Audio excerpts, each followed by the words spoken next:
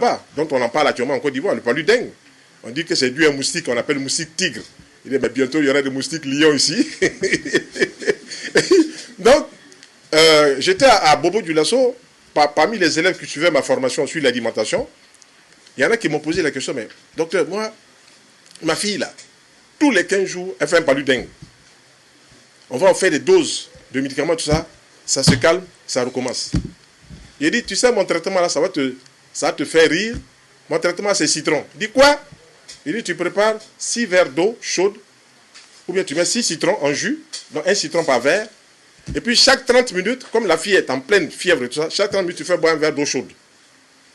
Et comme le citron contient des sels minéraux, des oligo-éléments, des antioxydants, ils entrent en compétition avec les saletés, ils font sortir les saletés, et les sels minéraux s'installent, le phénomène osmotique. Un verre, 30 minutes, un verre, 30 minutes, un verre, 30 minutes. Le monsieur qui a sa fille, il arrive, il dit, mais envoie la fille à la chose à l'hôpital. Il dit, on fait ça là depuis 3 mois, 6 mois là, ça ne bouge pas. Donc on va essayer pour docteur Akala.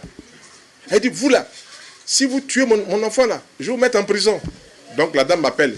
Il dit, dis à ton mari, il est un petit physiquement, puis petit dans la tête. Que moi, Aka Félix, j'ai fait des séminaires, des stages pendant 4 ans dans des écoles où il y a des médecins, où il y a des biologistes, et puis je vais venir m'amuser. Non, non, non. La fièvre là, nous on règle ça le citron. C'est le traitement le moins cher et le plus rapide. Donc, toutes les 30 minutes, on a commencé à midi. Midi 30, 13h, 13h30.